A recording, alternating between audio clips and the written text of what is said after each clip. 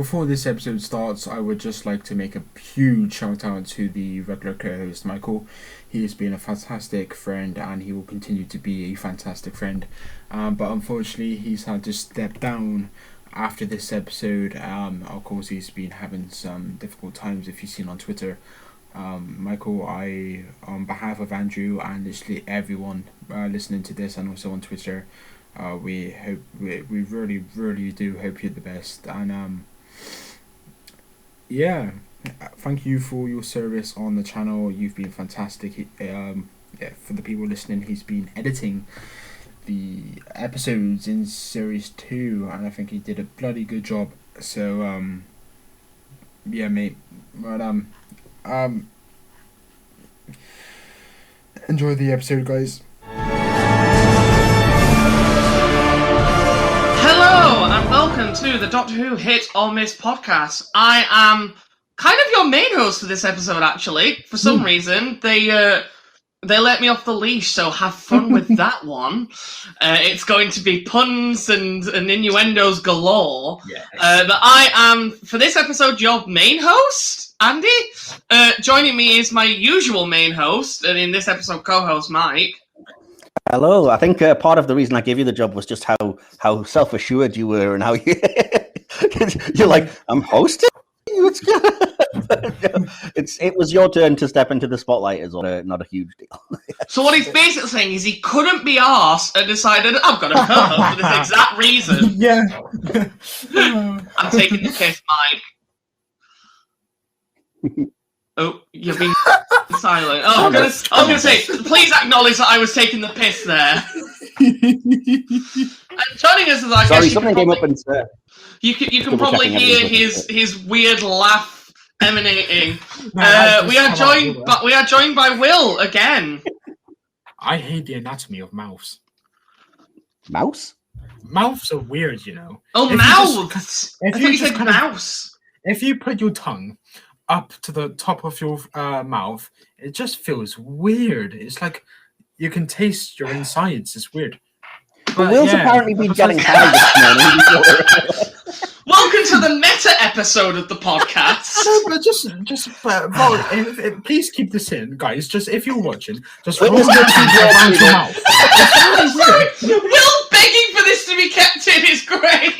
Yeah, just do it. It's fun. Well, it's not fun. I think it's disgusting. But try it. It's weird. I hate it. Oh my god! Why are we having this strange biology lesson? I don't know.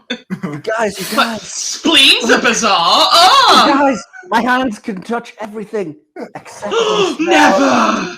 No. But guys, you'll never guess what? I have eyebrows. Oh my god, that was such a weird intro, and it wasn't even my fault. My god. Number one on the hit or miss section today: mouths. Mouths. I think they're a big miss. They feel really weird inside your mouth when you try. Oh god. Right. Anyway, funnily enough, this is a Doctor Who podcast. So we're going to begin with a little bit of news this week, starting with. A lot of the filming news that's come out.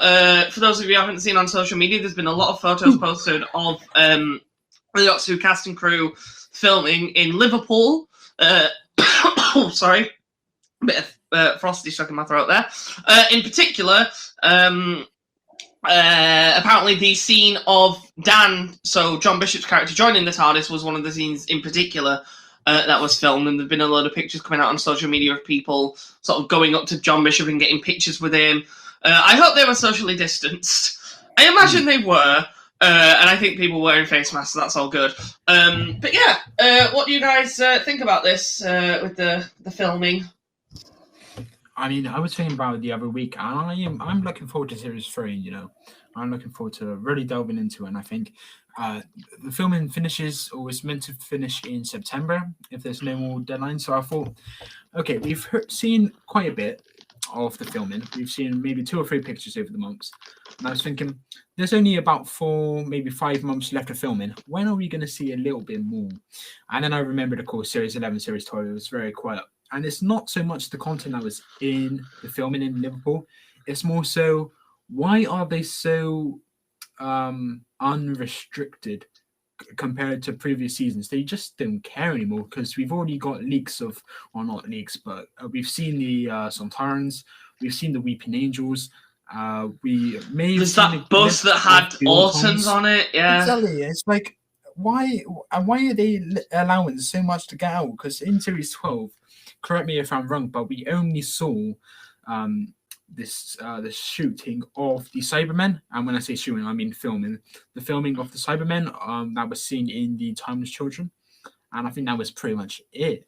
And then in series 11, we saw literally nothing until the trailers come out, and in series 3, we've seen so much, and it's only been filming for 4 or 5 months. It's crazy. I don't know what's going on. I don't know either, to be fair.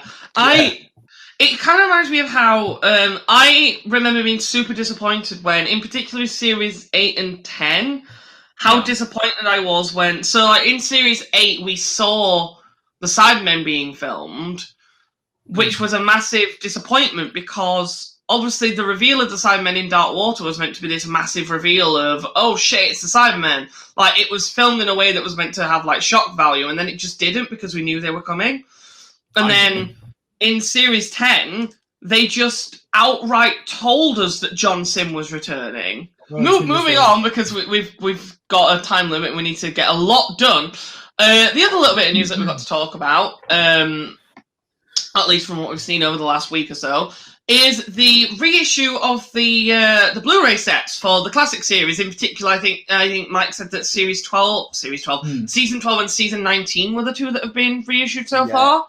On May the 31st, they're being reissued, Just to clarify for everyone, Season 12 and Season 19, which have been released previously as the kind of big collector's editions, are being re-released as a standard edition, which is not going to be limited edition. And they're retailing for the same price, which, fair enough, I understand people can't afford it. But I will say it's worth it. Special features are excellent, and the episodes obviously upgrade quality and everything. But they'll be in standard casing, and they'll have a cut-down booklet. Otherwise, it'll be the same Lee binding artwork and everything. Series 12, which is Tom Baker's first season, and season 12 and season 19, which is Peter Davison's first season, are the two that they're releasing simultaneously on May the 31st. I think a lot of the fan base, at least the ones that have seen classics, I think the general consensus is that season 12 is one of the best seasons. 100%. It's one of my favorites, yeah. It's just a shame about Revenge of the Cybermen, really, but... because you've got, like, Robot, which is good, and then, I can't remember the full order, and then, is it the Ark in Space after Robot? Robot, the Ark in Space, the Sontaran Experiment, Genesis of the Daleks, and then the one we don't talk about. Yeah. It's very good. Ark in Space is great. Sontaran Experiment, I like it. It's only fine, yeah. Genesis of the Daleks, very good. Genesis is phenomenal. But not bad. Does either of you guys want to buy me the new Big Finish Return of the Cybermen? Because I really want to hear it, and I can't afford it yet. When's your birthday? September 1st. Oh yeah, no, I remember because we were talking about it in the Asylum of the Daleks review. Oh yes, of course, yes. You said it aired on your birthday. It aired on my 30th birthday specifically, yeah. Oh my god, yeah, it would have done. We'll wait for your 40th, and then we might get it. Well, according to Will, you owe me it already because I'm a man of his 40s. Andrew, when's your birthday? 24th of June. Nice. Why? I've narrowed it down. I've narrowed it down? What? Noted it. Oh, no, I said narrowed! I'm like, I just told you! You don't need to narrow it down anymore! Do you want the specific time? I do know the time I was born, weirdly. Let's have a guess. 4 p.m. No. 4:01 p.m. We're going to be here for hours at this point. Anyway, no. What are your thoughts on the reissuing? I personally think it's a good idea because it means that those people who weren't able to get their hands on it before, who really want it, can now have another chance of getting it. Yeah, the plus side of it is that they'll not sell out, so it's good. Sorry, Will. Yeah, exactly. So basically, anyone who wants them can get them. Reissue, that kind of makes me interpret it as, okay, there was something wrong, so they've changed it. I know like a reissue. Or that would be is it just like more of a more stock available? Is it just the It's just basically because the originals they're marketed and they still will be as a limited edition, so there'll only be so many, and when they sell out, tough, basically. Which is why a lot of people are having issues with it, because obviously, naturally with these things, people will take advantage. So the scalpers are ordering them ordering like 2 or 3 sets for the roughly 40 quid and selling them for like 200 quid upwards on YouTube because they're limited releases, which is the other good thing about this. Now that they're getting standard packaging releases that won't be limited edition, hopefully it'll stop the scalpers from being able to make like hundreds and fleece fans that just wanted them. You'll probably still get that because obviously I've said going forward they will still keep the box sets will now be called the collection limited edition when they're first released, and we'll still have the thicker box type artwork and the full booklet and everything. But what will be called the collection will be the regular Blu-ray case, slimmed down booklet kind of thing ones. But either way, it means that people aren't missing out on the special features that are new, and the fact that they can have the classic series on Blu-ray, which I think is, it's a really good price and it's well worth it. That's all I'll say. Yeah, I completely agree. I can't see why it'd be. I think the only way I can see it being a bad thing to have it reissued is the fact that the people who bought it because it was limited edition now going to be like, oh well, I didn't need to buy it then for the first time. Or like they're going to have an issue with the fact that they got a limited edition has been sort of diminished in a way because now this reissue's come out. Well, but personally, I don't understand that being an issue. Not really, because the limited edition ones will still have been limited edition, and in terms of the actual packaging and the full booklet and everything, it will still have been that way. But the person I feel bad for, and I can't remember who it was. This book. Sorry, I'm a Geordie, but so I can't the name of the guy on Twitter. So if you're listening to this, I'll give you a shout out later if you just say it. But there was somebody that had said, "Thank you very much, BBC, for announcing you're reissuing or re-releasing Series 19 after I paid £200 to somebody on eBay for it." And I was like, "Jeez. Oh, that's gonna suck. That's gonna feel really bad, man." So yeah, to those people. Fuck that. But that's not the BBC's fault. No, that's not. Yeah, exactly. That's the scalpers, like I said. So hopefully, exactly. Before we continue into the hit or miss section, which I have written this week, yes, I'm fully taking over this week, people. I'm looking forward to being able to chime in without knowing what it is in advance for the first time in. I just thought I'd give you a quick heads up. Not even a heads up, just a tiny plug for my other podcast for one main reason, and it's because I know Mike's going to love this. We made all the socials for the podcast that we're doing like last week. Along with the going well, I think it is. Along with the photo, we've got like a banner photo and an actual icon and stuff now. And we were discussing as a trio because it's 3 of us. Who is the one person that we should follow on all of our socials? So because we're using Twitter and Instagram. Kylie. It is Kylie. I can't believe it took us so long to think of it, but we chose Kylie. So now, because Sarah, she's the one handling the Instagram, every single time something gets added to the podcast story, it has a Kylie song added to it. I mean, it was either that or Girth Official. What? Okay. I didn't even know that existed until now. I don't think that's... Is that a thing? I don't think that's a thing. Let's be honest. There's a lot of stuff going on in the world. That probably exists. Let me have a look. Girth Official. Yeah. You don't know for sure, Will. Yeah. You're gonna get some questionable searches coming up on your Google now. Okay, so there is a page called Girth Official, and I've just chucked one of their pictures in the chat. Click on that link. Do I really want to? Yes. It's not what you're expecting. What? I'm so confused. What? I'm so confused. What? No. Okay. Oh God. My laptop won't let me open it, and I'm glad, to be honest. So I'm not even going to risk it. It's just a weird edit of the Forrest Gump movie poster that says Forrest Gimp. And then this guy's face with his tongue out in a very weird position. Oh my God! Get back to your thing about mouths. He's licking the inside of his mouth. Yes, and he doesn't look very happy about it. There we go. Anyway, that was my very quick diversion I wanted to go on. Anyway, on to the hit or miss section. There's only 5 today because we're reviewing a big 2-part story. So, first on the hit or miss section for today, and you can tell I've written this. First one is the episode Knock Knock. Oh, Knock Knock. Fantastic. I was going to say fantastic. It's not fantastic, but it's still a good bordering on very good episode. I think David Suchet is very good.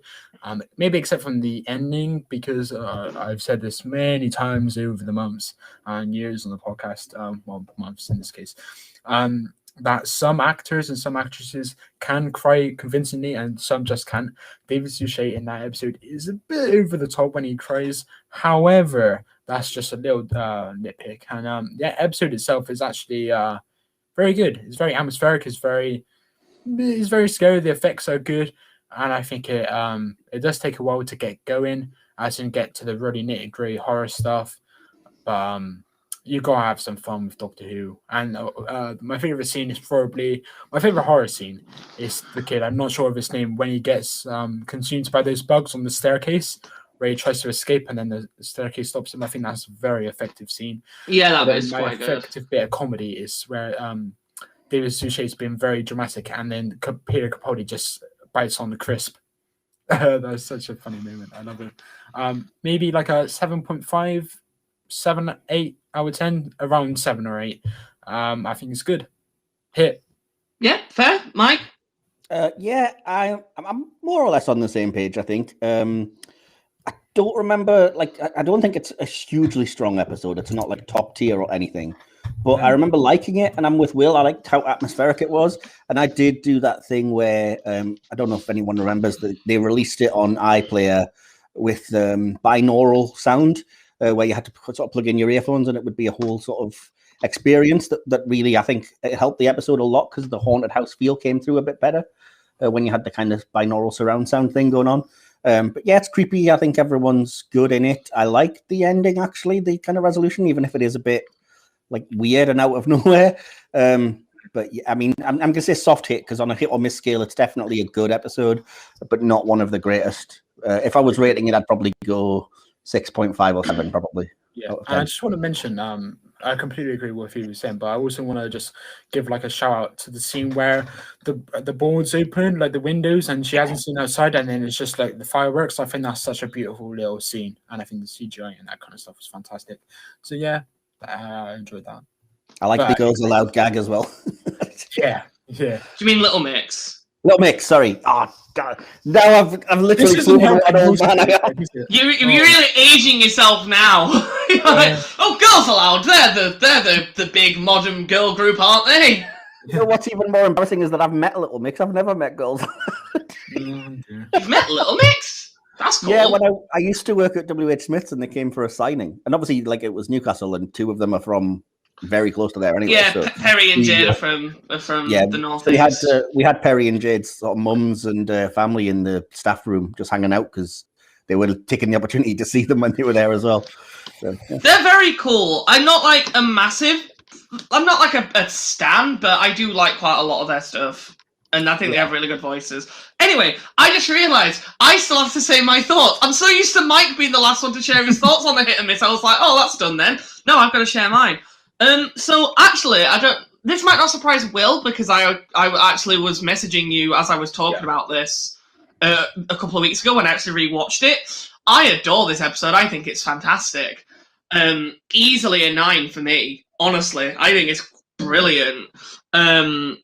So yeah, it's a massive hit for me. I really, really like it. I think it's very creepy. I love the idea of what the threat is, that they're these sort of like alien termite kind of things. The effect of, I can't remember the character's name, who ends up being his mother.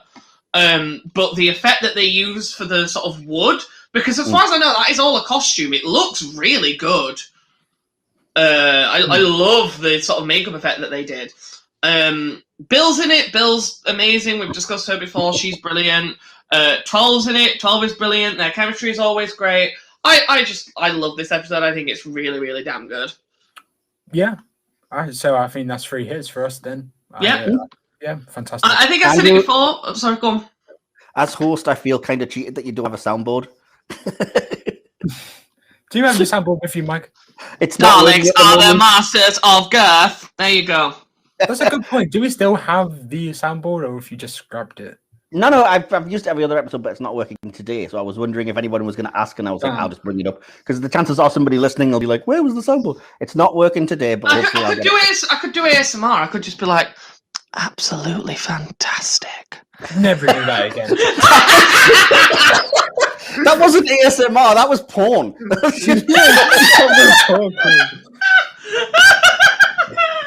Oh god. Anyway, Second. So yeah, that's 3 hits for the episode Knock Knock, which I completely agree with. Next on the hit on this, we have the character of Sutek from the Pyramids of Mars. Pyramids of Mars, yeah. Okay. Right, I shall go for rather controversially here. Miss, I think Pyramids of Mars is overrated trash. Well, it's not trash, but I still think it is very, very overrated.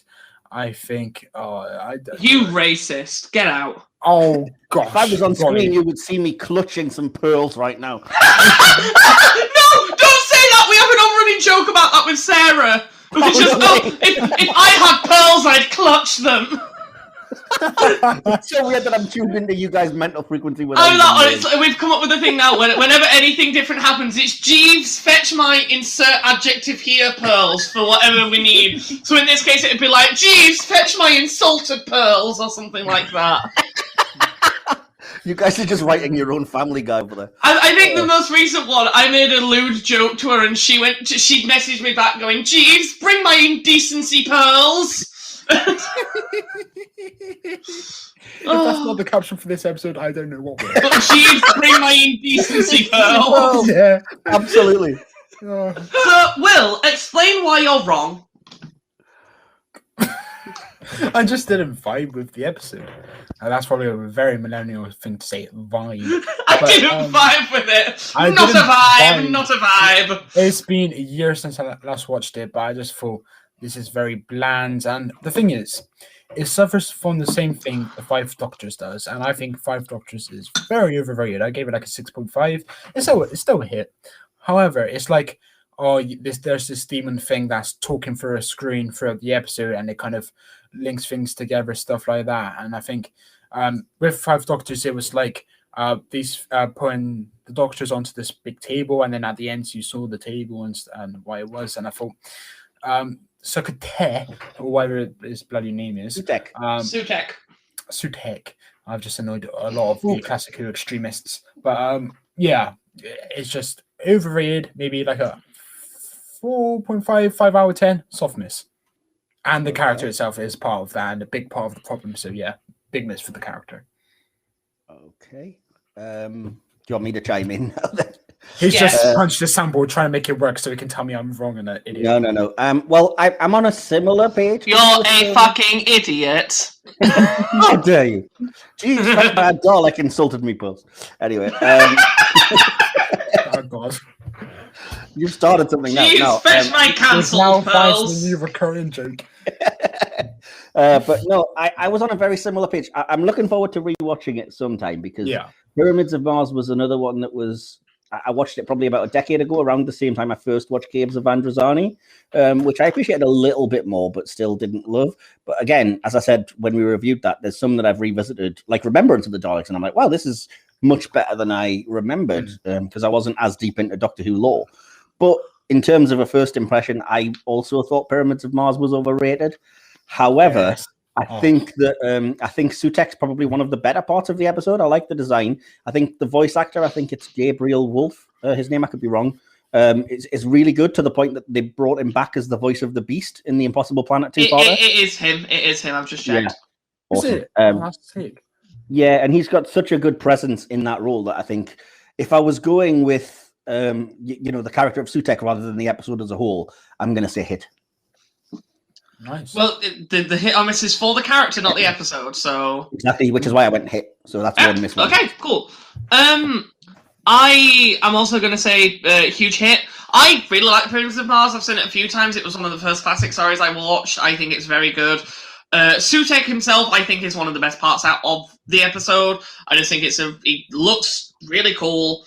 I always vividly remember the scene where I'm sure he tortures the Doctor by just staring at him or something. I can't remember. I know that there's a green light, but as a villain, I think he works really well. I thoroughly enjoy Pyramids of Mars, and I think Sutek's great. I think he's a great villain. So I would also go with a hit. So that is... Yeah, Will. See? Ooh. I'm making the most of being able to gang up on one of you. See, Will, we both said hit and you said miss. Great. Anyway, next on the hit or miss, again, Mike was when I was writing this, Mike was like, make sure you get a mixture of writers, episodes, characters, and directors. And I was like, fine, I'll just try and give you one of everything. So, next, we have the director, Rachel Talalay. Rachel Talalay. I never know how to say her last name properly. Is it Talalay or Talalay? It's Talalay because she's not Irish. Talalay, okay.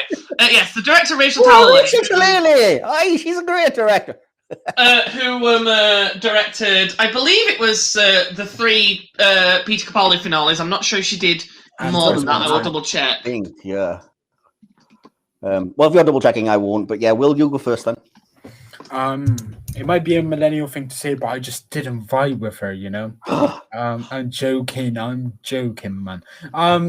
Great director. It came up in the discussion of the recording I just did. Great director. You would struggle, or it would be impossible to find someone who would say miss, for the reason that they actually don't like the direction, as opposed to just saying miss for the sake of saying miss, just to be out with the crowd. But yeah, fantastic director, one of the best modern Who directors, without a shadow or a doubt. Big hit. Okay, good, Mike.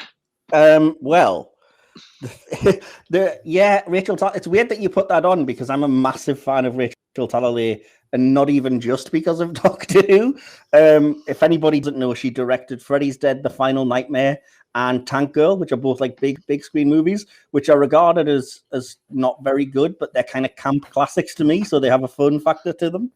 And on top of that, she's also directed multiple episodes of the Arrowverse, if anybody knows what that is. So they're talking The Flash, Superman and Lois, Supergirl. She's done tons of episodes of that. She's like a jobbing director.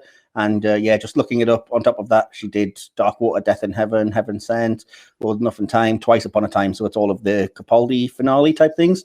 And she's a great follow on Twitter because she genuinely has affection for Doctor Who, and she's always sharing behind the scenes stuff and production meeting things and everything. And she's really nice.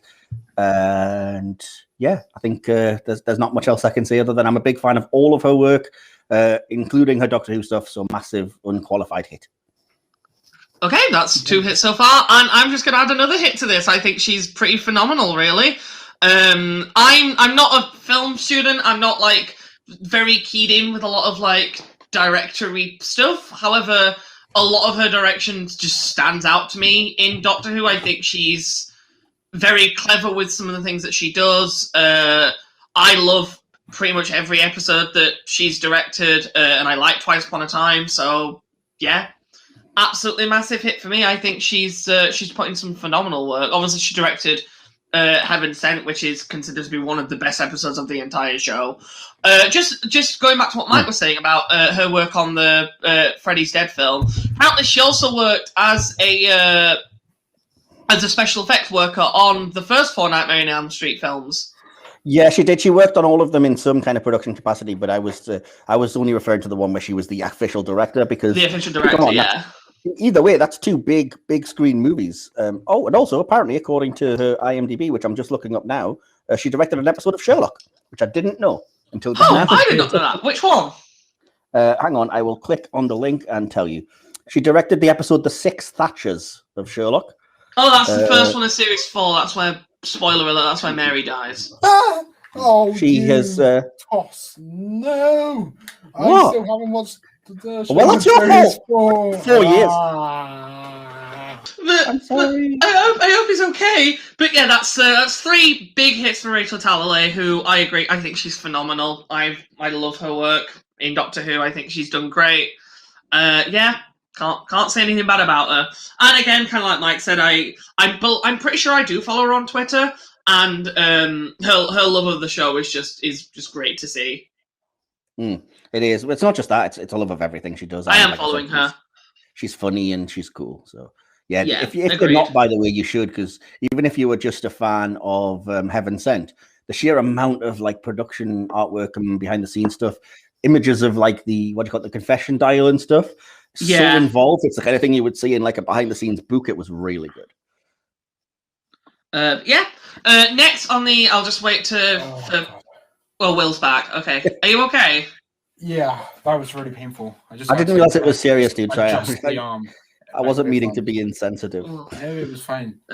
Next up, but this, I mainly put this one on. One, because I couldn't think of anything, and then Phil suggested this one, and I went with it because I was like, oh, this will spark a discussion.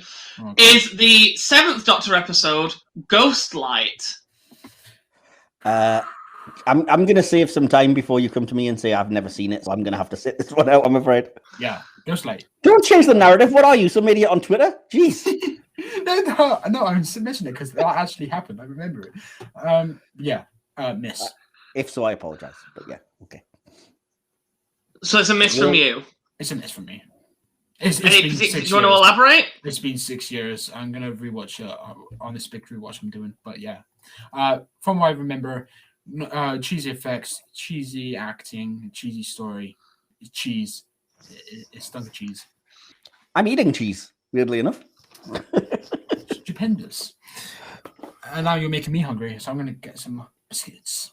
Not hot dogs this time. You're obsessed with biscuits, man. You're obsessed with cheese. That's very true. So just to clarify, do you have nothing else to add about Ghostlight? It's crap. Yes. I feel bad because you were expecting a really huge discussion, and Will's just like, crap. Yeah. Never mind. Will's just like, it's crap, and you're like, oh, I've never seen it.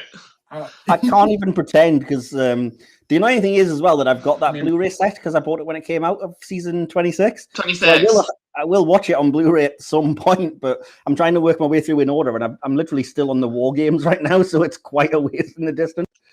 War Games is a long one, to be fair. To be honest, though, this is, again, off-topic-ish, but I'm loving it. I've watched the first 5, and they completely flew by. Did not seem like it was dragging or anything. So unless the last 5 fall completely off a cliff when I watch them this weekend, I think I'm going to end up really loving this. So, yeah, we'll see. That's fair.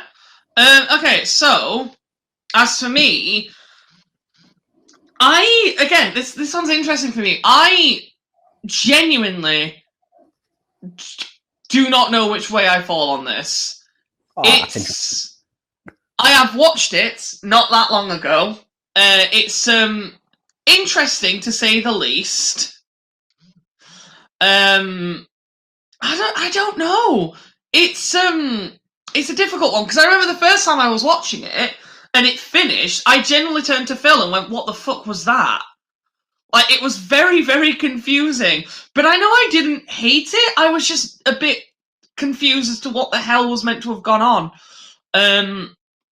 So I'm going to give it like a very, very soft hit because there are some interesting things going on, and I probably should rewatch it because I know this was like a big character moment for Ace. It was like this was like the Doctor testing her.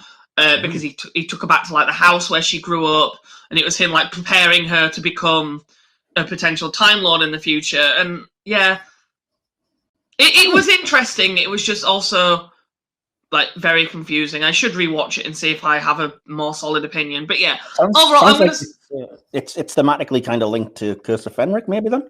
Yeah, I believe it leads on from. No, I think it leads into Curse of Fenric. Sorry. It's only 3 parts. It's not too long, but it is quite confusing. But yeah, I'm going to say a very, very soft hit. Will said a big miss, so overall, I think we're going to give it a soft miss. So we'll go in the middle of Ghostlight. And then for the last part of the hit or miss section, we have the Modern Who writer Tom McRae. I'm going to have to look him up. I will tell you what he wrote. He wrote The Rise of the Cybermen, The Age of Steel, and he wrote The Girl Who Waited. Oh, God. First. Big hit. I love both stories. It's actually difficult to say which one is better because I think The Girl Who Waited is slightly overrated, but it's still a good story. I think it's 7.57. It's a good story. Whilst I think Rise of the Cybermen, I think it's a very, very good 2-parter. But I think it does a disservice to the Cybermen because even retrospective reviews, they say the Cybermen are too slow. But I still think they're very intimidating. redesign. However, I think they just had like a walkabout, and then they were defeated by a phone into a slot, and it's like, and you got to realize in the context, like it's a good episode, yes, granted. However, the Cybermen hadn't been on the show for decades, and this was their return, and this is what they were given. Dalek compare Rise of the Cybermen to Dalek. Dalek was such a fantastic service to the Daleks. It kind of showed their capabilities. The Cybermen, it kind of talked about the ethics a bit more than the actual threats. And even in part 2, where you think, oh, it's going to focus on the Cybermen, it was more of how do we get in? How do we stop them? This evil man, we've got to stop him, like John Newmick. And it's more stuff like that as opposed to the Cybermen going out there, killing people, being ruthless, stuff like that. So I think Michael said Big Hit proceeds to shit on him completely. What the hell is he on about? That's what you just did. You're like, the guy's a big hit. Here's why the episodes are bad. No, I'm saying it's a very good two-parter. But I'm just saying why it's a bad disservice to the Cybermen. It's like an episode could be very good, but the threat could be crap. And I don't think the threat could be crap because Cybermen redesign is very good, and I like all the stuff. I like the story. I do not, however, like how they treated the Cybermen for their big return compared to how the Daleks did. But saying that, it's probably an 8 or a 9 out of 10 overall. Girl Who Weighed 7, maybe a 7.5 out of 10. Big hit for me. Yeah. That was as clear as mud. Anyway. That's one big hit. A questionable big hit, apparently. One debating big hit. Big hit, then I'm going to just crap on it for the next step. Anyway, I'm probably not going to be popular, but I'm going to say that Tom McRae is such an epic miss that I'm wondering if it was moonlighting as a stormtrooper. Oh my God. Because I don't like any of those episodes, especially. I'm the opposite side to you, Will. I think the threat of the Cybermen and the design and everything worked best. But the biggest problems I have with Rise of the Cybermen Age of Steel is the plotting. It is the writing. Yeah. I think that's where it really suffers. And if we're looking at the writer of the episode rather than like director, producer, etc., I think that's exactly where its weak point is. And The Girl Who Waited, I've never understood. I just find it unquestionably dull. I'm sorry. Which, you know, sometimes I'm like that with episodes that other people are just like, oh, it's so emotional, it's great, as I'm sure we'll get into, but I just didn't. Excuse me, what are you saying? Nothing. Spoilers. But yeah, so I didn't respond. You don't know me. I didn't respond to it. It was a better episode for the Amy and Roy, even though their focus was only in the wedding scene for about 10 minutes, but I still think that did more of a service than The Girl Who Waited. I always thought it was slightly overrated. It was like Pandorica and Big Bang isn't a good example. What is a good example is Day of the Moon, and I've said this several times. The dynamic that Rory was given in relation to Amy, like trying to find Amy, and then it was the Doctor. It was that dynamic again. And I think they really did service to Rory. And I think, why did we need The Girl Who Waited when we've already had this development? I mean, for the sake of the story, sure. Like Amy's choice, yes, it was all a dream, but that's the point. It was the Dream Lord. But again, The Girl Who Waited, I agree that I don't kind of understand why or what, when. Well, I know when, but I still think the story complements it, and also the acting. The acting in it is very good. I just told you. I just think it's an episode, and there's a few of them where none of it is any good except one really good emotional scene. Which, knowing the way that these things work, it's entirely possible that Tom McRae didn't write that one scene. It might have been Moffat or anybody. Well, probably Moffat if he was the head writer.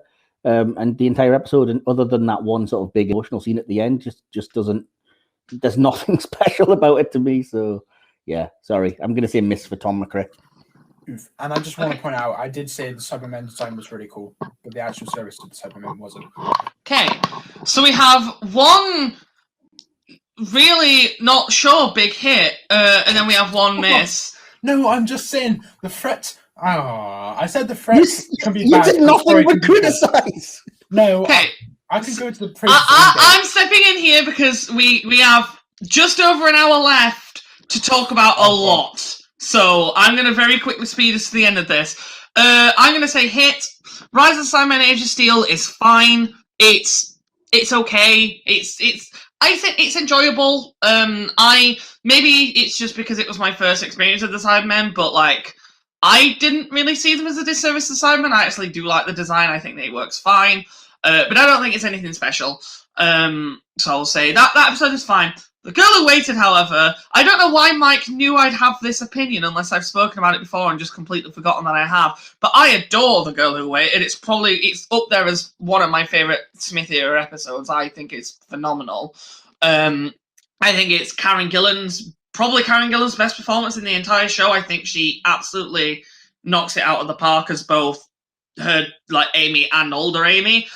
Fun fact, they actually originally were going to get another actress in to play older Amy, but Karen asked if she could give it a try, and they were so impressed that they were like, right, we'll just let you do it then, which I think is really cool. Yeah, I adore that episode. I think it's pretty phenomenal. It all works. I think the only part of that episode that does not work for me is I don't understand how Rory slapping a canvas over a robot's head kills it. That's confusing. But apart from that, I think it's pretty brilliant. Performances are great. I love the writing. I love a lot of the dialogue. And I guess it also depends on your emotional investment, but Amy and Rory are my favourite companions. Like, the 11 Amy Rory is my favourite TARDIS team. So that episode just fully had me invested emotionally.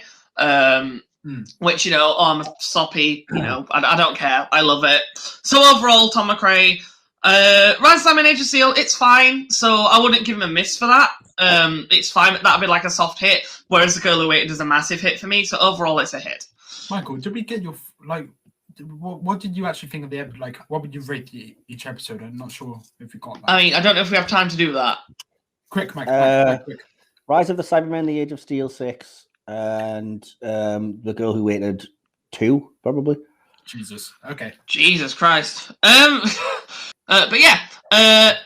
So that's hit or miss for today's episode.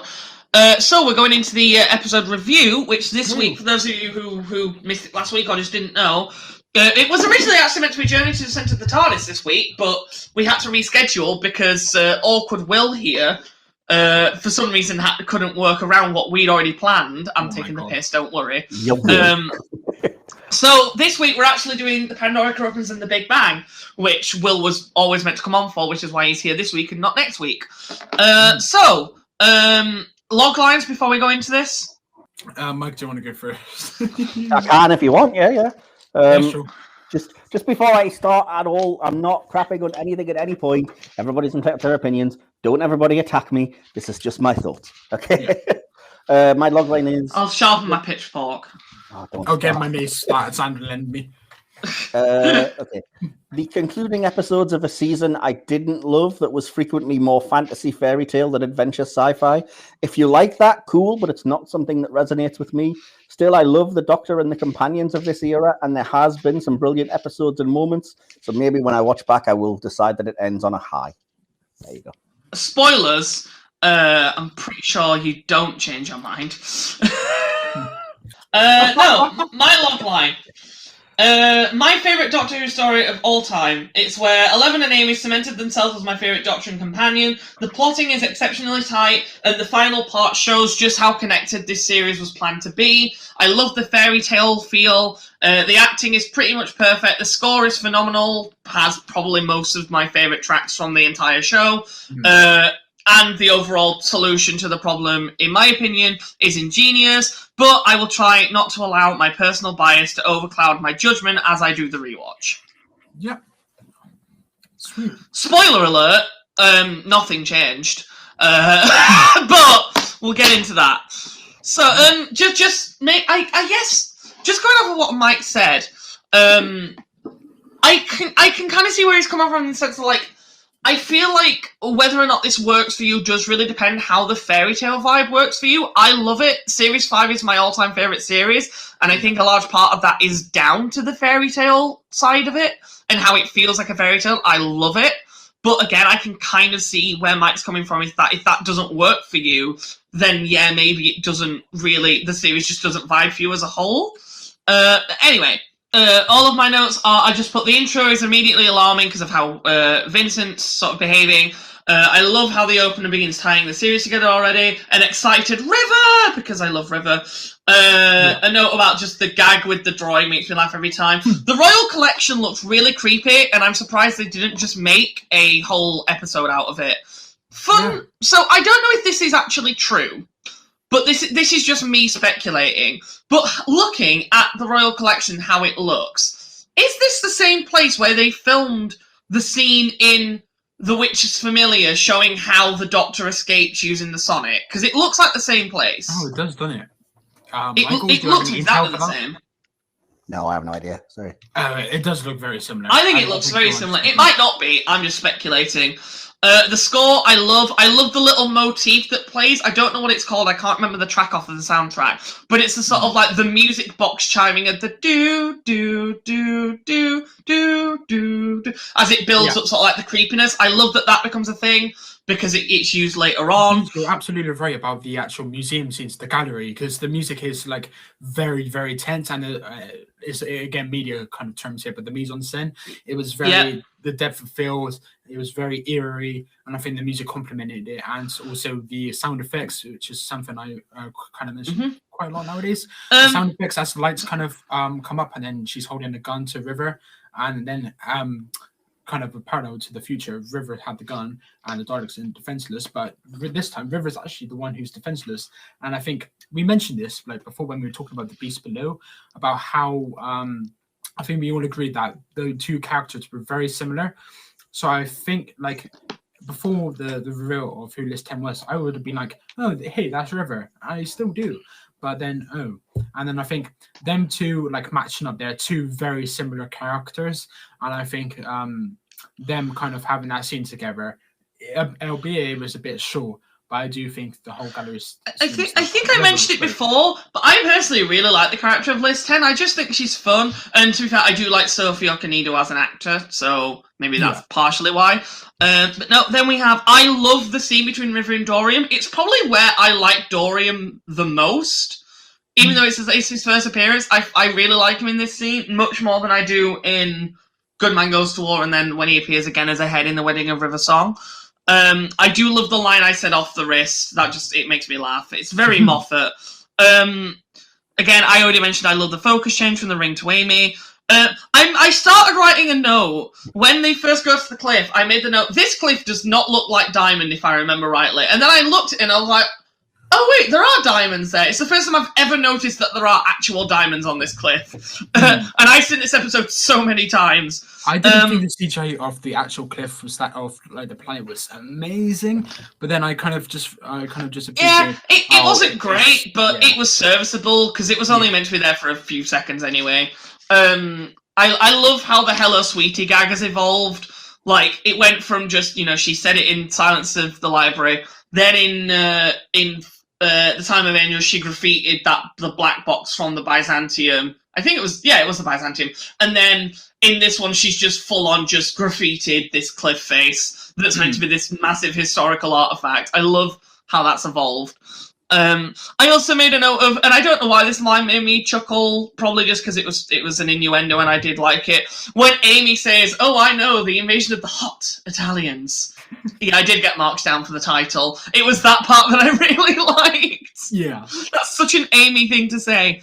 And yeah, I think the reveal of the painting is awesome, but I did make a note of, wow, this cold open is really long. It is, like I said, I timed it, it's about 7 minutes. Yeah, I was going to say, I'm not going to jump back because I respect what you're doing, peddling it on, but so I'll just skip. But the music, I think you did mention it, is fantastic throughout the episode, and especially when the Doctor kind of looks up after the painting is revealed, that he's into the title sequence. Yes. Fantastic. Mike? To get into it. Mm-hmm. What do you think? Sorry, I realise I've kind of just talked over everyone because I'm trying to speed us along because there's a lot to get through. Yeah. Well, I don't... bits and pieces just... See, I don't love the appearance of Vincent in the intro because it's not going to be a popular opinion, but I find it a little bit disrespectful. It slightly devalues his episode and making it part of this ongoing sort of fantasy sci-fi world. I don't. I like the painting becomes iconic, and obviously that's the reason why you include that character. It's cool that we see all the others and stuff, but it's a little bit corny.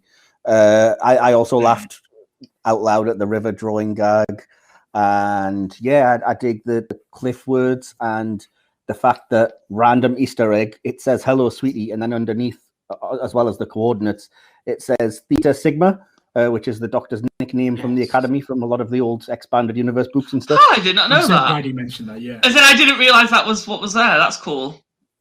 Yeah, and yeah, the only other note I have is I don't really like the Matt Smith era intro, but that's slightly off topic. I purposely did not mention that. I didn't make a note of that because I knew that I'd start a discussion. Then I love the idea that the reason they know to go to Stonehenge and obviously the 102 AD is because he painted the date and coordinates on the door. That's a really clever idea. That's like a good detail. To sort of explain why they're all there and what got them there. I really like that. I love the shot of the Stonehenge that as it sort of pans over the countryside, and then you see Stonehenge sort of in the left to the distance. That's awesome, but I do think it kind of pans for a bit too long. It is a very long pan. Yeah. But I also love that this story gives us a Who explanation as to why the hell Stonehenge is there, because that feels like something Doctor Who would have covered by now. So I like the fact that it actually does give us an in-universe explanation. But it doesn't, though, because it purposefully says it's already thousands of years old, so it doesn't show you why it's there. It was built as a way to mark that the Pandorica was there, but we actually don't know how long it's been there. So it's saying why it was built, but we still don't know how long it's been there, which I like. It works well for me. Scene, where it kind of transitions to light to dark. And I said, suddenly it's dark and the mood is not sinister but whimsical. I think the music kind of whimsical. It's weird. Whimsical. Whimsical. Whimsical. It's whimsical. Whimsical is not a word. It is in my head canon. Anyway, whimsical. It's just my pronunciation to that. Oh shit. Thanks for pointing that out. I won't say that in any more job interviews. Fuck. Anyway, I would recommend that. Yeah. It's very like fairy tale-ish, and that's the essence of the series. I know me and Mike had disagreements about this. I like the fairy tale kind of stuff, and like it's not like dark, sinister. It's more like, okay, we're gonna explore this forbidden place. We're happy about this, but we're also on edge because of the screwdriver being used as a torch, and it kind of goes more mundane. The term goes more mundane as you go further down the steps. I'm pretty sure the reason the lighting is so drastically different is because they let them film at Stonehenge. But then, obviously, for all the Underhenge stuff, they had to film at a studio that just had a Stonehenge set. And I think that's why the lighting's so different, because obviously they weren't allowed to really touch Stonehenge at all or anything like that. If that's the case, then they did a fantastic job. It wasn't a criticism at all. I'm saying it's great. It was They did a very good recreating it in a studio. Very good job recreating it in a studio. I love the shot as they move one of the laying down rocks to reveal the steps. I love the shot from underneath. Sort of underneath the stone as it moves, and then you see 11, Amy and River, I nearly said Rory then, sort of in like a triangle above the stairs, and I like how almost claustrophobic it feels because you're just seeing them through this narrow passageway, kind of. It's very cool. Yeah. And then also, I love how I believe the track that's playing here is called Beneath Stonehenge. I have listened to the Series 5 soundtrack so much. I believe this track is called Beneath Stonehenge, and it does it a few times. I love the little bits of the cyber motif that play in the track. As it shows the bits of the Cybermen. I love it. It works really well for me. That is a great track. I even made that note. It's just Beneath Stonehenge is such a good track. The setting, I love the setting and the atmosphere of the Underhenge. I think it just feels really creepy, but also really sort of cool and, again, kind of mystical almost. I love it. Yeah. I think the lighting's quite good here too, considering it's all meant to be underground. I like how they use sort of flame and torches to help add to the lighting. It just makes sense for me.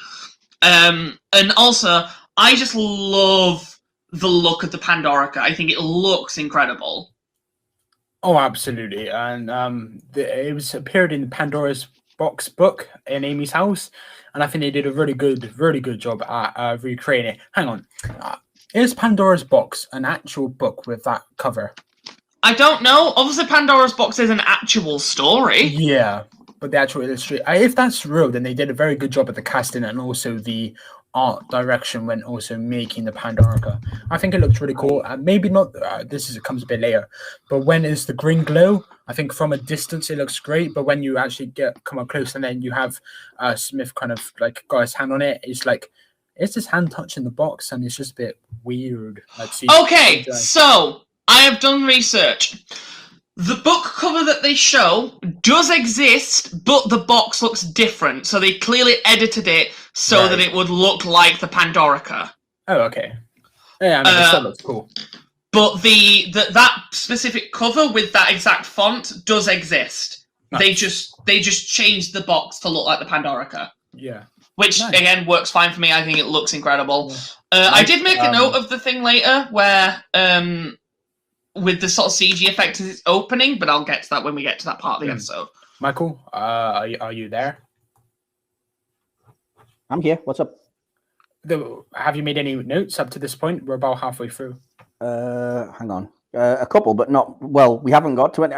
You're going in depth more than me. I'd said I like the direction, especially the location work, but I don't love the start of the whole build up of what's in the Pandorica, which is just a mislead to me.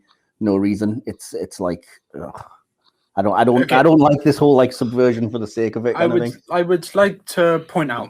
I think it's like ingenious how the Doctor doesn't know what is in the Pandorica, and then it's like the narrative is the creatures tricked the Doctor and trapped him in there, but then actually within the context of what happens, it's like. The creatures tricked themselves. So when the Doctor was paraphrasing the myth about a good trickster or whatever, like trapping a good wizard, yes, it's even more awesome. And then when you consider it's actually about the Doctor himself, it gives a very interesting perspective to how villains fear him, and it also makes sense when I relate it to A Good Man Goes to War in retrospect, because we have reviewed that episode, which fixes a criticism that I did have. Like, is it really like justified that all these creatures are going after him and rise this high up? But then yes, like the villains in fear him, they made mistakes, and they actually I love the whole bit. So I would disagree. But I like the setup. I think it works well. I personally really like the subversion of where it turns out it's empty because he's yet to be put inside it. Exactly. But like the entire thing that he's explaining when he's like a creature soaked in the blood of 1 billion galaxies, and then even River saying like when she's talking about the amount of locks and like systems that it has, and the Doctor says what would need all that, and she says what could get past all that. It's all very blatantly the Doctor. But it's done in a way that doesn't make you think that until the end. I love it personally. I think it works really well. You said the Pandorica, how are there so many safeguards? It's deadlocked. Nobody could get through it, and it's a specific trap for the Doctor. So how are you going to get into it? With that in mind, how well, you said the Pandorica is, it's something's in there that we can't get to because there's multiple seals and protections. This is on about the second part where the screwdriver can open the door. Yeah, if so, I completely agree. How do you just point the screwdriver at it and go, there you go? Yeah, because in this, I think I actually made the point. Actually, no, I didn't. I thought about this morning. It was like the Doctor uses the screwdriver many times, just like at the Pandorica. And then they made a point that they can't open it because it's already opening. And I think in the second, and it takes a while to actually open. But then in the second part, Roy just comes and sonics it. And that is my one... Okay, that is a fair point. I'd never actually thought of that. That is a fair point. That is my one criticism for... I'm sure he specifically mentions when scanning it with the screwdriver in Pandorica Opens that it's triple deadlock sealed and nothing could get through it. When it is opening, like River says, there are layers and layers of security systems that have been opened one by one from the inside, and the Doctor says what could need all that, and she says what could get past all that. The Doctor could get past all that. Yeah, the reason I think it starts opening is because, as we find out in the second part, it responds to, because obviously the reason it opens when Amy's inside it is because little Amy touches it, so it has like a scan of her DNA. And then, so if the box was built with the intention of having the Doctor inside it, then if we're going by the logic of how Amelia could open it, then it makes sense that it would start opening once the Doctor touches it, because it's like, oh, my prisoner's here. Agreed. Yeah, but that doesn't explain how the Doctor that's inside gets back out. Yeah, but the thing is, they apply the same logic that Part 2 gave. You know, it's like time works differently. Like, you're at the eye of the storm. Like, if this happens, this can wait until Part 2, you know. I think the Pandorica looks awesome, at least when it's stood still. I really like it. I actually do like the effect that they use later on for when it's opening up, but I'll get to that later. Yeah, I think it looks cool. I love the Indiana Jones vibe. This is very Indiana Jones sort of Raiders of the Lost Ark, because they're like, you know, trying to, you know, they're hunting for this. Well, not hunting anymore, but like they've got this sort of like artifact, and it just feels very Indiana Jones. I really like it. Then I love the fact that it doesn't wait until the end of the episode to reveal all of these creatures that are now here for the Pandorica. It's just like, oh no, they're here now. Like, we are like, what, 15, 20 minutes in. Everyone's here now. I really like that they just get straight into that. And I love 11's tangent as all of these aliens are appearing, and he's clearly getting more and more flustered and not sure what to do, and he's just like quipping because it's all he can do. I personally really like that. It feels very in character for 11. I also love, I mean, at this point they hadn't reappeared, so I love the callback to the Zygons, and also I believe the Draconians get mentioned, which is very cool. I really love the way that all the different ships look, especially later on when we get to the speech. I think the effects for them look awesome. You can really tell where a lot of the CGI budget went for this series, because the fleets look amazing. And about that, similarly, I like the exchange run where fight how. I think it was an excellent exchange. And run where fight how. Yeah, that's really good. I like that. Then again, I'm just trying to keep us going because we have a lot to get through. I really love the exchange between River and I believe he's meant to be Julius Caesar. I'm not entirely sure who this guy's meant to be, but when she goes back to the Roman camp and he's like, and I hear that we've been playing close to Cleopatra, who's in Egypt and dead, and then like the way that she completely shuts him up by just pulling out her blaster and destroying something, and then she's like, I have the technology that will obliterate you. You are going to help me. In a nutshell, that's very River, and I really like that. And again, I like the way that they try to tease that Rory. Is it Rory that's the Roman at the door? It's quite clearly Rory. You can tell it's him from the voice and the note. Yeah, like you can tell it's Rory. So like, I don't think even when it aired, I don't think I was surprised when Rory came back, and I would have been 13 at this point. Actually, yeah, I would have been, because The Big Bang aired 2 days after my 14th birthday. But yeah, I really like. I do like how it's done though. Like they do a good job with keeping him in the shadow, even though you can pretty much tell it's him. And I love the fact that 11 knows he can't possibly fight all of these enemies, so he's just his whole thing throughout this episode is he's just trying to buy enough time. I really like that. That seems very, very doctory. He's like he knows he can't win, so he's like, right, I just need to get as much time as I can. Which, again, I really like that, especially because he has a few lines in this story about how, I think, I know in the second part when he's like, I die in 12 minutes or something, and him is like, 12 minutes? What can you do in 12 minutes? And he's like, there's a lot you can do in 12 minutes. Like, that seems very on brand for him. I love the exchange between 11 and Amy about the ring. Yeah. Brilliant dialogue, gorgeously acted, and the music is a gorgeous rendition, like change of Amy's theme. That's just called Amy and Rory, and it's so nice. Love it, love it. And I think the point you were trying to make, like before, or that you did make, was that it was so intense. Like the Doctor can't beat these villains, and in this scene, it's like it completely cuts that kind of intensity, and it's like a more character building movement. And I said it was a nice moment. I'd agree, but there's still tension though, because it's like you know, we know what's happening with the ring. Mike just did a list of all the aliens that get mentioned. That's really cool. Atraxi, Blowfish. Is it Blowfish from Torchwood? Yeah. Flurley, Simon, Daleks, Draconians, Dravins, the about that Hoyts, scene, the Doom, Cyberman comes in Autons, and Rubber calls attention. Forms, I thought that was Silurian, Slovene, Centauran, Sycorax, Pteroleptils, their 5th Doctor, I believe, right? Yvodney, Weevils, and Zygons. I can't remember what the Yvodney are. Are they a classic villain? Yvodney, I think, are the ones from Warriors of Kudlak, the Sarah Jane story. Oh, yes, they are. Thank you. Yes, they are. God, I've not watched that in a while. Yeah, it is quite good, actually. Anyway, I love the acting between from both Matt and Karen in this scene. Yeah. And then I love how the Cyberman interjects this scene, and I particularly love, and I know it's stupid and childlike, so it shouldn't make me laugh as much as it does.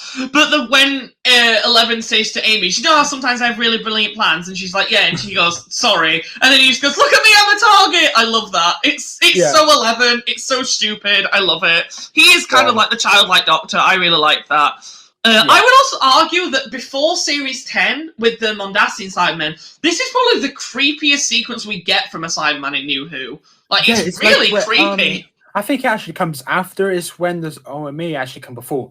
But when the Cyberman head is kind of crawling across the floor towards Amy, it's like after it's wrapped his leg from there, but it's got steam coming out of his sides, and then it's got this really weird sound effects and it's really vile. I know the bit you mean, yeah. Before, where it kind of slices his face. Yeah, it's very creepy, very scary. But about that, just after, the Doctor telling Amy to stay back was well delivered from Smith, and it was another case of what he did in Vampires of Venice. So it's kind of like another parallel there. Amy's reaction was subtle when she stepped back, but screamed animosity, and I think that's a credit to the acting from Karen Gillan there. I love this entire sequence. The only issue I have with this scene, and it is a very blink and you'll miss it moment, so I'm curious to see if you guys noticed it, but as the Cyberman is walking forward towards when he's put the head on, and it's just a body with it puts the head in and it's missing an arm. If you look to the right of it as it's walking on the Pandorica, you just for a brief second see the shadow of the green screen arm. Oh, wow. It's a very blink and you'll miss it, but I know it's there, so I see it every time now. That's the only problem I have with that sequence, because it probably was just missed because it's such a quick moment. But otherwise, I love this scene. And then Rory appears, and it's great, and everyone's like, oh my god, Rory's back! I remember losing my mind the first time I watched this, even though I knew he was the Roman. It was still a big surprise. And then I love how 11 responds to Rory just suddenly being there. The fact that he says, "Oh, I'm missing something, Rory. Something obvious. Something slap bang in front of me." And Rory just goes, "I think you probably are." And he just goes, "I'll get it in a minute." I love that. And since you're a musician, I thought it's worth mentioning. I love the music that plays behind that whole sequence. I've already got a note here. I've got a note for it. It's like romantically poetic. It's very nice. The track at one. I love the exchange between 11 and Rory when he's just like, "How have you been?" And he's like, "Oh, Roman." And it's like, "Rory, I don't mean to be rude, but you died." And he's like, "I know, I was there." The poke is so funny. Sorry, Mike just put that in the chat. The poke is so funny. Mike, speak. I've already told him. I love the track is called the Pandorica. It's just called the Pandorica, and my exact note is I love how it starts out really fun and comedic. But then it turns sinister towards the end when you sort of realise that, things aren't really... things shouldn't be happening right now. Why is he even there? It gets quite sinister, which I really like. I love the shot of the Pandorica opening up with the sort of, at least from a distance, with the green and all the swirling mechanic, the mechanisms, and I think it looks really, really damn cool. And I love the way that 11 traces his hand around it as it's doing so. And then we get to the speech, which I adore. Can I just jump in and give my thoughts until we get there? Yeah, go on. I just said, sorry, I'm going to just go through my notes as best I can because I know we're really late. The reveal of the Cyberhead is really badass and exciting to me. The Underhenge and Pandorica are awesome sort of effects and sets. The cyber arm and the noise, and then Amy sort of whooshing around with the torch was, as you mentioned it's probably an Indiana Jones type thing, but I sort of saw it as a kind of old 30s horror.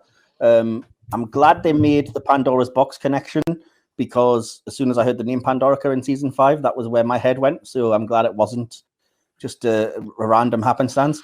I like a lot of the lines in this, including never ignore a coincidence unless you're busy.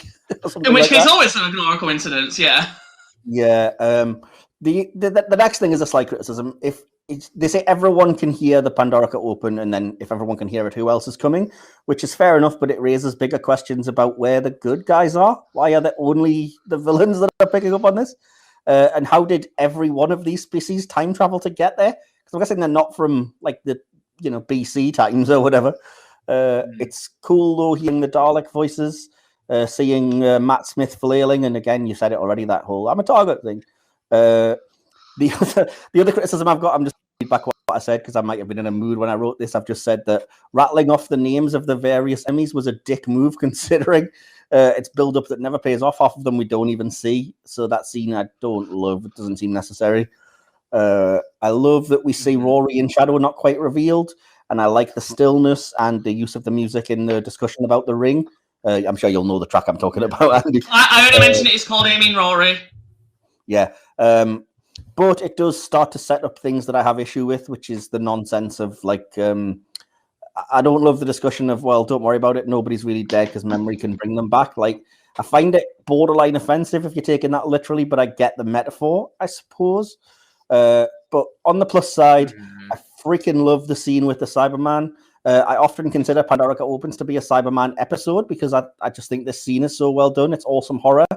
It is without a doubt before the series 10 finale the best sequence we have with the Cyberman. Completely. It's great.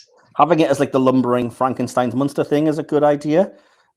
Amy sort of fading visually as she collapses with firing the dart and everything. Again, slight criticism. How does just a sword kill it when it's survived in pieces for so long? But I'm with you on that criticism, but it doesn't bother me too much because it's sort of like immediate payoff because it's like, oh my god, Rory saved her. Like that, I can look past it for that because it's got the emotional weight behind it. See, but I think that's a microcosm of my issue with the episode is that a lot of it is, oh, look, something epic's happening. I've written a way around it terribly, but it doesn't matter because it's an emotional scene, which I was like, no, it does matter. Do you know what I mean? Otherwise, you've got no stake. I mean, to be fair, the Cyberman is in like a really bad shape, so I don't think it's unfathomable to think that a sword wouldn't kill it. This isn't the worst example of it, but it's just an example of kind of like... And the Cyberman was beat up anyway. It was very destroyed. Yeah, but that's the point. It survived in pieces.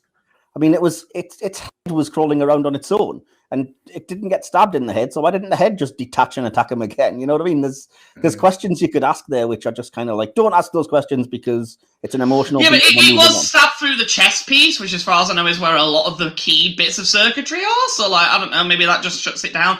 I don't know. I see the criticism, but it doesn't really bother me too much. I would see where you're coming from, but again, the head was operating independently, so it clearly doesn't need that chest unit. Yeah, fair.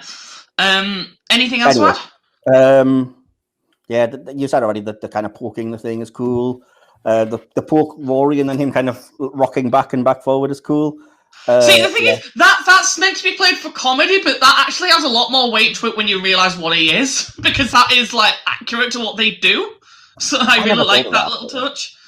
Yeah. The only other thing I was going to say was that I like that, related to the Cyberman, that Moffat just completely craps on the idea that Russell T Davies set up, which I never loved, which is just, it's just a brain inside of a suit of armor, because it clearly proves the fact that there's a skull still inside the head and everything, that's not how Moffat wants them to work. That bit's very creepy as well, the way it opens up and the skull falls out. Like, that's, it's surprisingly adult. Yeah, very. I like it. Yeah, very. Then we get to the speech, which I adore. I can pretty much recite this entire speech. I'm not going to because we don't have time. But it is so good. This is without a doubt Matt Smith's best speech in the show. No, actually, no. This and one we'll get to. But yeah, I adore this speech. What other 27-year-olds could completely carry what he did, not only in this episode, but the story as a whole? I'll answer it. Like, no one. Like, no 27-year-old can hold that. I could have done it. The speech was great, and it's quite rightly up there with the best regarded speeches. And then I love how after the speech, rather than just assuming that means he's won, he just goes, that'll keep him squabbling for half an hour. I love that. He just immediately is like, well, I know that doesn't mean I'll win, but I've bought myself a bit of time. I love that. Again, it's very in character. I thought I'd made more notes because I absolutely love this scene. So I'll just shout that out and point that out because in all of my criticisms, I love this scene. And I thought I'd made tons of notes, and I've made 2, which is these ships look stunning. It's really cool CGI. Yeah. And OMG, the Stonehenge speech scene, A+++ on all counts. And that's literally all I've said. Yeah, it's so good. Then we have Amy and Rory meeting for the first time after he, had been erased from history. And I love that I love the way that Amy acts during this scene. In particular, I love the part where she goes, "Oh, you're the guy, yeah, the one who did the swordy thing. Well, thanks for the thanks for the swording. Great, nice swording." And then just leaves.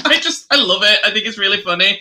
But it also obviously has emotional weight because Rory knows who she is and he doesn't know why she doesn't remember him yet. So that was really emotional.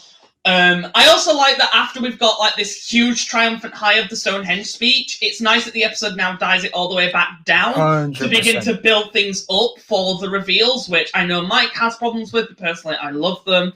Yeah. I again love this dialogue between Rory and Eleven as he's sort of explaining swording, fetch my double entendre pearl. Thank you, Mike. That made me very happy. You have no chill, dude. That was great. I love the exchange between Eleven and Rory here. I love the acting. It's all very well done. It's also very nice having the Amy's house set back finally, and it's so creepy at dark. It's really creepy. The thing is, I just want to interject here. The music shift into eerie when the Doctor remembers the events of the crack that led to the point. To that point was great. The whole narrative shift was great and went from broad fun to sinister proceedings. And I think you did mention that, which led perfectly into River landing at Amy's house. And about that, Doctor Who rarely scares me, but I think I mentioned to this Mike a couple of weeks ago. River's walkabout in Amy's garden and house, however, always gives me chills. It is so well done. It's so creepy. And the music only complements what is already compelling. And one thing that I love about the music here is because this all interplays with Amy talking to Rory and slowly sort of descending into confusion and starting to cry. Absolutely. Which, one, is phenomenal acting on Karen's part, in my opinion. And two, I don't know if you noticed it, but I did, that as she starts crying and as Rory starts to get excited, because it's like, oh my God, she's remembering me, the music starts speeding up because you start realizing something's wrong here. I love this What is going on? I love how it speeds up. And then obviously the Romans are revealed to be Autons, which is great. I love that they're back because we haven't seen them since Rose. And we also haven't seen them since. Come on. If the Autons are in season 13, thank you. It's been way too long since we've seen them. So I love that they turn out to be Autons. Arthur and Karen here on this scene around the campfire are just sublime. Rory's excitement and I'm sorry, but Amy's Arthur is so underrated. He's so good. So good. You're saying everything that I would have said, so I'll just say seconded and leave it at that. That's fair. That's fair. We do have a lot to get through still. Brilliant acting from them. I just want to say he's very understated and he delivered his lines in order to make Amy remember so well. And when the music is back, I love this simple yet compelling piece of music that plays here. Yeah, it's great. Then we have the Daleks appearing, which I like the design of the Paradigm Daleks. I think I've said this before. I think they looked great. I don't see why they got so much hate. Smarty Daleks. I personally, I mean, that's fair enough. Then we have the reveal of all the different monsters turning into Simon, the sometimes that you do. I like it. It works fine for me. And whilst, yes, I can understand the criticism of why on earth would all of these creatures actually be working together, considering that they all have, beef with the Doctor, I think it makes logical sense why they'd all be like, oh, a chance to eternally imprison him in a box so that he can't destroy the universe and stop us in the future. I'm on board with that. I can buy it. I think it works fine. I love how they're all revealed, and I know you have a problem with it, Mike, as you kind of said earlier. I love the reveal of the Pandorica's empty because the Doctor's yet to be put inside it. It works so well for me. I love it. And it makes sense because that he was going to be trapped in there. Yeah, because it works with the dialogue that was said earlier when he was like a creature soaked in the blood of a billion galaxies, and it's like, that is him. So it makes sense, and it's very well set up in the dialogue. So at least for me, it works really, really well. And then probably one of my favorite scenes in the entire show ever, just because I remember the first time I watched it, I audibly gasped, and it's very rare that I do that, is when Rory shoots Amy. That completely caught me off guard when I first watched this. It's so... One, it's brilliantly acted, so it's really effective, and two, it just completely blew my mind that, holy shit. Because, I mean, obviously, at the time when it first aired, we didn't know what was going to happen in part 2. I was like, are they really killing her off here? Well, I was so shocked. Exactly, the big cliffhangers of the Pandorica River and Amy and Rory being shot. I mean, I mentioned this later on, but this whole thing is my favourite cliffhanger of the entire show. I wouldn't disagree. Yeah. Love this cliffhanger. Because, number one, it's set up perfectly. And number two, by the end, I was legitimately sat there going, how the fuck are they going to get out of this? Yeah. But I'll just quickly run down. Because, again, we don't have much time. One, Rory shooting Amy. My God, that's great. And then my absolute favourite track ever in any Doctor Who soundtrack starts playing. It's called The Life and Death of Amy Pond, and it is what plays over this cliffhanger. And it appears in a couple of other episodes. Notably, I believe it appears in The Impossible Astronaut and The Cliffhanger, and it appears at the end of The God Complex as the Minotaur dies. Yeah. Because it's obviously Amy realising that she has to let go of the Doctor, kind of. But yeah, love this music. And I love the slow-mo. It can kind of be like cheesy, but I personally really, really like it.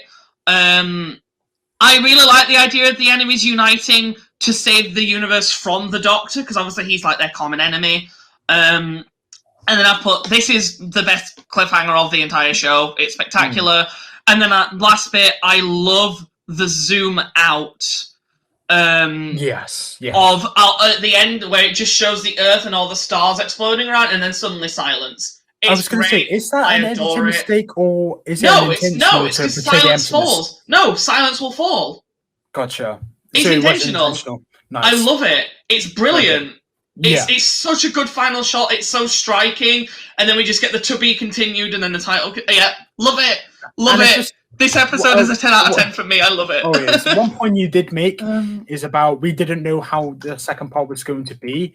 And like, Mike, I know you've said this in the past. I don't understand the criticism of, it was going to be like an epic battle with all the creatures that were mentioned. I was like, no, because at the end, everything literally exploded. So a lot of these things didn't exist. And I did mention it was what I was going to mention earlier. All the aliens have now gone and the universe is over. Things haven't happened, like the stars. It shows time isn't what it was, so why do the rules have to as well? And it's like, to be honest, we were lucky even to see a Dalek. We were even lucky just to see a threat in the second parter, because I wouldn't mind just the attention being on the Doctor trying to save the universe. And the thing is, all the Dalek did was kind of add to it and kind of speed things up. Even in a 50-minute episode, the pacing in the second part was fantastic. It's just one of the criticisms. Like, I think the pacing of this entire two-part is pretty fantastic, really. Especially because this part is nearly 50 minutes, and then the Big Bang is nearly an hour, and neither feels that long. At least in my opinion. Pandorica Opens for me is a 10 out of 10. I adore everything for it. I did actually have a conclusion and score for that, so I'll just rattle that off quickly. A great episode that falls frustratingly close to greatness, awesome dialogue, acting, direction, music, and some truly epic, brilliant scenes that I can't praise enough. I have issues, but they're mostly nitpicks, albeit valid ones. The piece can't really stand alone, as it naturally asks questions that it can't answer right away, and in retrospect, the resolution to things in other episodes hurts it. On its own, though, the episode is the right kind of epic, intense, brilliant horror and tension, and some interesting mysteries and cliffhangers, and that's at 8 out of 10. Fair. Okay. So that's 2 10s and an 8. Nice. But we've got to review the whole thing as a whole anyway. Will, take the lead, quick.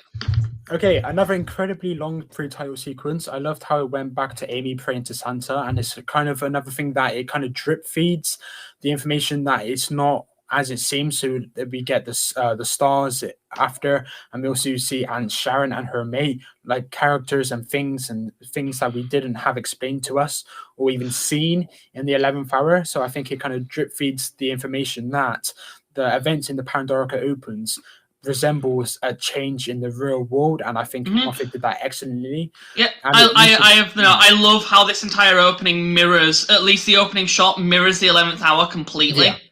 And it kind of explains why she's praying to Santa as well, because it's not the reality we know. Yeah. The use of stars to portray the emptiness of the universe, this time more conclusively, I thought was a great decision and rather pretty spooky. I just wanted to make a note as well. The track that's used during a lot of this opening sequence is called Amy's Starless Life, and it's a very beautiful adaptation of the normal Little Amy theme. I just wanted to put that out there. Really like that. The Doctor returning. Yes. Paradox. Yes. But do I care? No. Why? The scene is so awesome. Like, let's not pretend paradoxes are not rampant, especially in modern Who, okay? They just do. There's paradoxes galore. In every era, there's at least one example I can think of. This would bother me a lot more if it wasn't for the fact that the show has explored bootstrap paradoxes since. Like, I mentioned it to you last night. I ended up rewatching the Flood 2-parter just because me and Phil were discussing the bootstrap paradox. And again, even in the Flood 2-parter, it works for me. So it is a complete paradox. It's like, wait, how did... Like, he would have had to know to program his ghost to do that for the ghost to do that, but he got the idea because the ghost did it. It works fine for me. I love the idea. So personally, instances where the dialogue is so quippy that you can forgive it, I think. It's not even that. I just think it works for me, especially because the idea that if the entire universe has died and the only reason the Earth is still here is because it's the eye of the storm, which I like the idea of. Yeah. The idea of a paradox happening makes perfect sense to me because, like, what time is there for it to ruin? What else could happen? Like, a big battle would make no sense considering the context of the universe exploding. But okay, you don't need to keep going on about that. We've discussed that. I'm just saying. But it doesn't take you away from the moment. The paradox, the screenplay is still fantastic. The aliens have gone and the universe is over. I will repeat. The Smith magnum opus begins. Him leaving the Pandorica to touch screwdrivers with Rory. Very little effect they did with the spark that they did. I really liked that bit. But the Pandorica opening so easily is annoying considering in Pandorica Opens, even with the use of the Sonic, it took a while to open, which is I'll what's the word? I'll relent that. Yeah, that is a criticism that I've never thought of before, and it actually, that does kind of bug me now that I think about it. But yeah, Michael, is there anything you would like to add to this first bit? Because I know you're very opinionated. There is, but we'd be here forever, honestly. No, come on, get to 1 or 2 points. I hate it. I absolutely hate it. I hate everything about it. I think it's lame writing to just say it can happen because I said it can, and yes, everything has an explanation, but the explanation basically boils down to "cause I said so," which I just hate. There's no. There's when no we were logic talking about the behind Timeless Children the other week, your explanation to it was he's the showrunner; he can do what he wants. Does that not apply? Yeah, to this? but at the same time, I also said you don't have to like it, and that's a very different situation because that's not a matter of explaining what could be construed as a plot hole. Like, I understand the point of bootstrap and ontological paradoxes, but the point is that in those situations, there has to have always been a starting point, which means that at some point in some timeline somewhere, the Doctor has to have escaped the Pandorica without the aid of his future self. Yeah, and all of time is collapsing in on itself. So if that did happen in a timeline, it would make sense that would all collide together. Yeah, which, okay, fair enough. But then again, you're moving the goalposts constantly because it's like if time is collapsing completely all around you, but you're at the eye of the storm, so the Doctor, Auton, Rory, and Amy are fine, which is remarkably convenient because an entire underhedge of enemies aren't fine. It's just like they were closer to the Pandorica anyway for a start, so it makes no sense that Rory would be the one that survives. And every decision here is just like, just go with it because you can. Like, how come the shot to Amy wasn't fatal? Because we said so. How come the Doctor escapes? It's a future self. That doesn't work. We said so.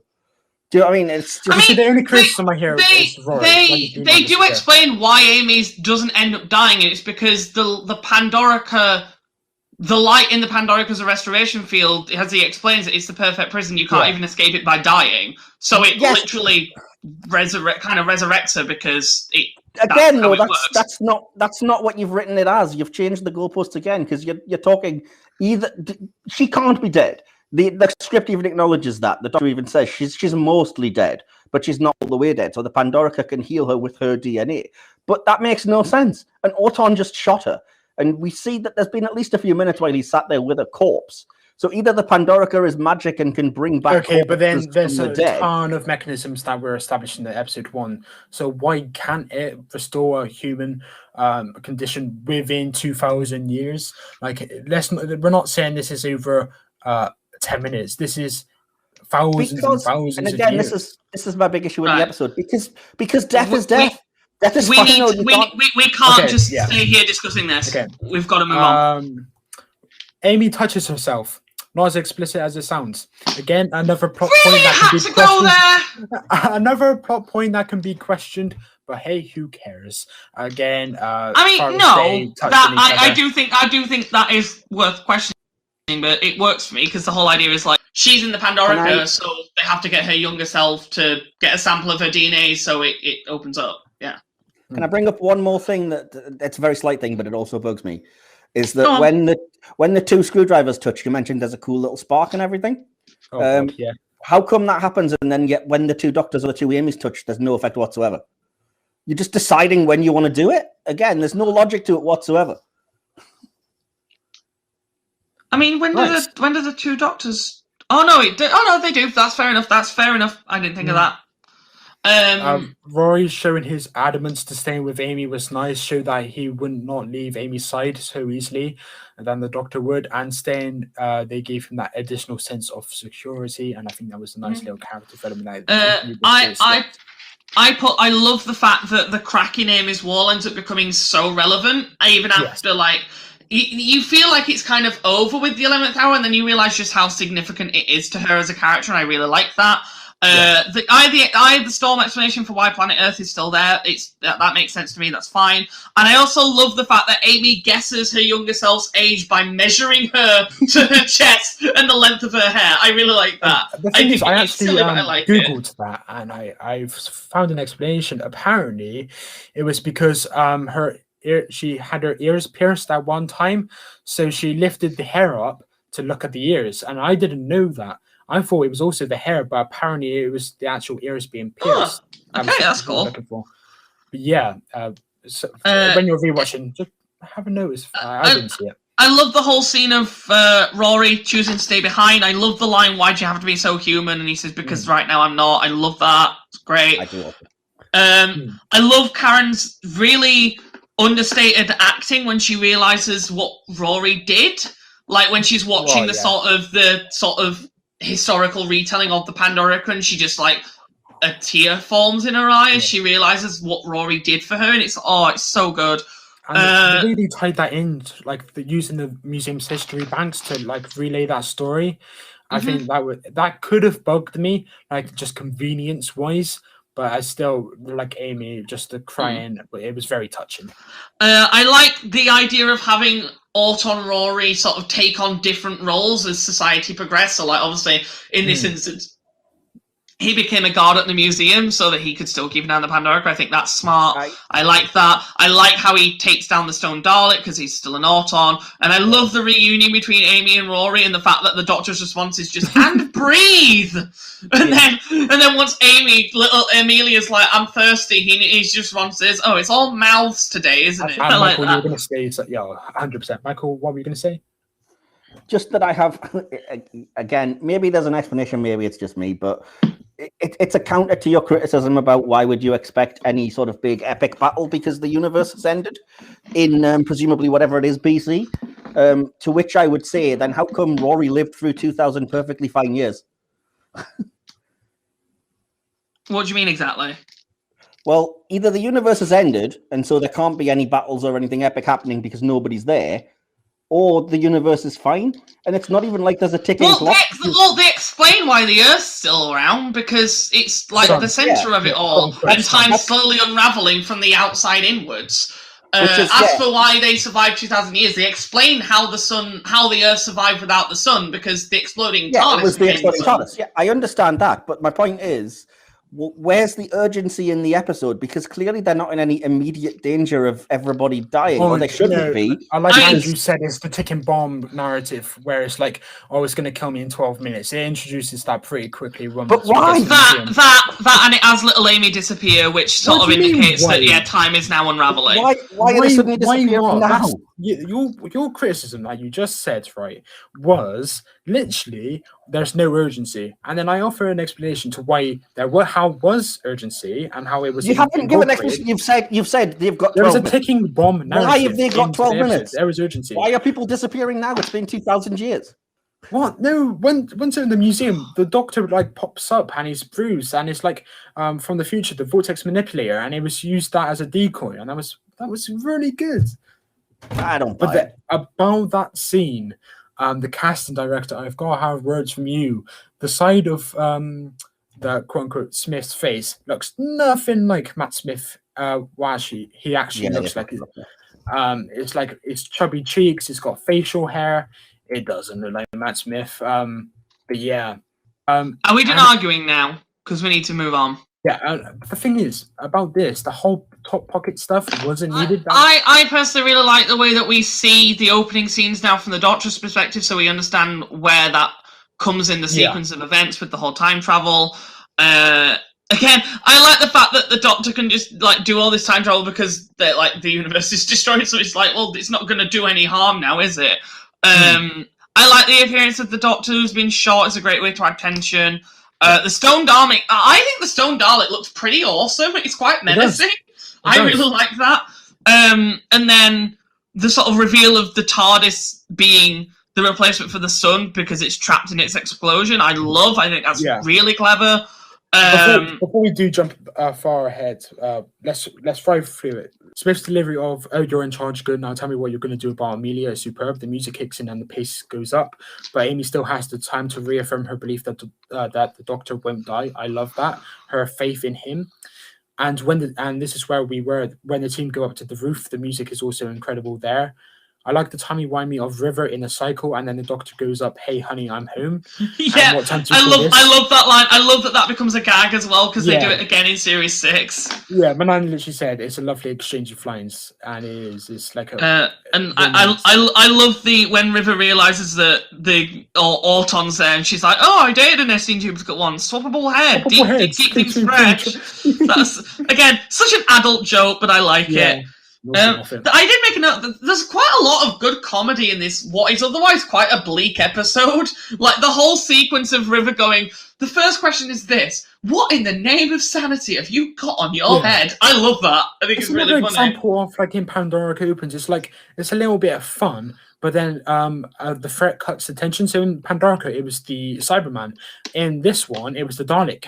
And about this, I know Mike's made the criticism in the past about the lack of villains, but I think a stone Dalek being able to fly the height of a building is a feat of its own, and it completely shifts the pally tone of the team. And it did so very quickly. And of course, they had to be reminded of the Doctor's impending death. There was no dwelling, and I thought that was very good. I made the note. I just think the overall plot of this two-parter is pretty genius. I love it. Yes. I think I genuinely, the first time I watched this when it aired, the Dalek just blasting the Doctor suddenly actually did make me jump. Like I wasn't expecting it because it was like a quiet moment. And then the whole scene of River facing down the Dalek is just epic. I love it. Again, I guess that kind of hinges on what your feelings are on River as a character, but I adore her character, so I just really like this scene. Yeah, a positive about Smith, though, like I did say, is his magnum opus. Hang on, sorry. But Smith is in full flow as he explains his plan, and the plan itself I really like, and it does make it a very clever solution. So I would agree that it's smart. But this is why Smith is my favorite Doctor. This whole speech of how he's going to do it, why he has to do it, excellent. And then how Amy realizes it was a decoy downstairs, fantastic. As you said, Doctor being exterminated, fantastic, and River making the Dalek beg for mercy is incredible. And the I made the note that this episode moves at a surprisingly quick pace, considering for the most part there's only ever a maximum of 4 people actually on screen. Yeah. like it's Amy, Rory, River, and Amelia, and then Amelia disappears, and then River shows up, and then like it's literally just four like, people for the most of it. It's like, think about this pacing, and then think about the criticisms of the current era. Oh, this is the rebuttal I have about those criticisms. It's like, okay, the hardest team you may think is too big in series 11 and series 12. However, when you look at episodes like this where it's paced so well and each character is given sufficient dialogue and sufficient things to do, like this, the character, I think it's undeniable that the characters and the acting in this two-parter is fantastic. Moffat divided the roles up very well, and I think if one writer can do it very well full within this two-parter, why can't this other writer? Why does the TARDIS team have to be one or two people? No, it's more to do with the writing and how well you balance it. It's more to do about the merit of the writing. Full stop. Anyway, in my opinion. Moving on, because we haven't got long. We've got a lot to get through still. You're very bad at doing this. I'm not. I'm going not. on tangents. It's usually me that does the tangents. We've got 15 minutes. It's fine. It really is. It's okay. Amy realizing that she didn't know her parents' died was tragically sad. I made a note. I just love this entire scene. I love the lighting, where obviously as the sort of the exploding TARDIS is getting closer, so it's like washed in orange. I really like how that's done, and I love this whole exchange between. Well, I love the exchange between River and Amy, and then 11 and Amy. So like when River's like, the doctor wants to speak to you, and she says, "Why not you?" and she says, "He doesn't know me yet." I love that. It's so sad. And then we have this gorgeous scene between 11 and Amy, where we get explanations for things as to like why he took her, and he explains that, like, you know, the crack in your wall like took way more than you realize. Like, why do you think you never had parents and stuff like that? And I like that they actually do give an explanation as to where Amy's parents went, because at the time I remember I hadn't even really questioned it, and then I was like, oh wait, yeah. And then you realize that, you know, obviously she's forgotten that about them, which is really sad. And then the music that plays, it's called Sad Man with a Box, which is obviously like a sort of different variation of Madman with a Box, and it's beautiful. I love it. And in relation to this, I really like the CGI of the experienced TARDIS outside, and like River asking if the Doctor could hear her as the camera pans up to the beautiful superimposed experienced TARDIS. It's great, and the music is fantastic. And about this scene, the Doctor regaining his health supposedly at the end, you know, where he says "gotcha," like right at the end as the doors are closing, and he looks healthy, and I think, was that a decoy within a decoy? Was he actually fine, and was he actually playing ill? It was really weird because he was smiling when he said "gotcha." It was like, But I don't know. I love the scene. I love the scene, but it's just like I love the method that they came up with for how to fix everything, with the idea of throwing the Pandorica into the exploding TARDIS to have essentially the restoration field explode at every point in history. Like, I think that's genius. It's very clever. I love it. I like how they do even have an explanation for how he does it, because he just wires it up to the vortex manipulator. Makes sense for me. And I like the little gag of him saying Geronimo as he sort of goes in, as he's like just before he enters. Then we get to the rewind. No, hang on. Another thing earlier. You know how we know River and they're all kind of family connected. When the Doctor is on that kind of run about how he's going to save everything, he kind of says, well, we've got the super family pack or something like that.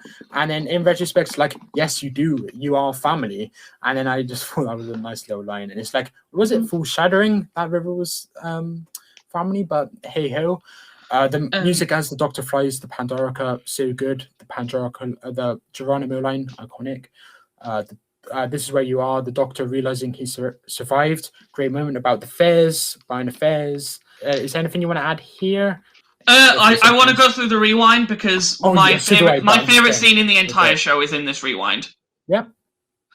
I love the way this rewind works. I love that it not only ties bits of the series together, but also it gives you it. I remember when this series was airing and the internet was all like up in arms about the quote-unquote continuity error of the coat in Flesh and Stone, and the fact that Moffat had the absolute balls to be like, oh no, that was intentional, but not reveal it until here, was genius. Like, that takes some bollocks to be able to be like, oh, no, that's just a continuity error. Oops. Psych! No, it wasn't.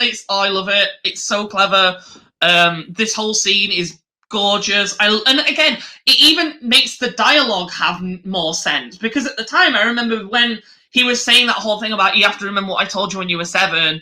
Yeah. I remember at the time being like, why? What's that got to do with what's happening here?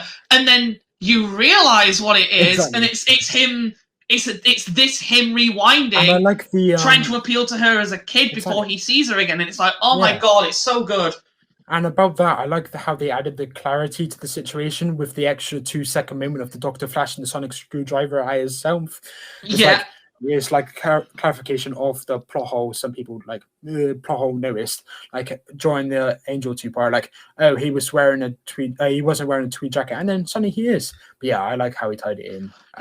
It's very clever. And then we get to possibly my favorite scene, probably my favorite scene in the entire show, which is this scene between Eleven and Amelia. The acting from Matt is phenomenal. The dialogue is beautiful. There is a reason that I have the line, "We're all stories in the end, just make it a good one," tattooed on my arm. Do you guys know I have that tattoo? I couldn't remember. Yeah, Mike? profile thing. Yeah. What I will do is I will actually take a picture of the tattoo and send it to either Mike or Will, whoever's editing this, so they can just slot it in over here, just so you can see that I'm not lying. There is a picture on your Meet the Host video, by the way, as well. Oh, there might be, yeah. Yeah, you sent it already. Oh, okay. Yeah, just slot it in this little bit then. But yeah, I have the tattoo of "We're all stories in the end, just make it a good one" with the bow tie underneath on my arm. It's the only tattoo I have. I do want more, but I love that I have that line because it is possibly my favorite line. It's fantastic. I adore this entire scene. I think it's beautiful. I tear up every time I watch it. Michael, please tell me you agree with us with that one. Yeah, I guess. What do you mean you guess? What do you think? Yeah, it's a good scene. Nice. Very well acted. Great dialogue, yeah. Yeah, it makes me tear up every time I watch it. Amy remembering the Doctor. Good in this is the wedding scene now. Good moment that led to some great moments between the Doctor popping out of the TARDIS to saying "good on you, mate" when talking to himself about Rory a little later on.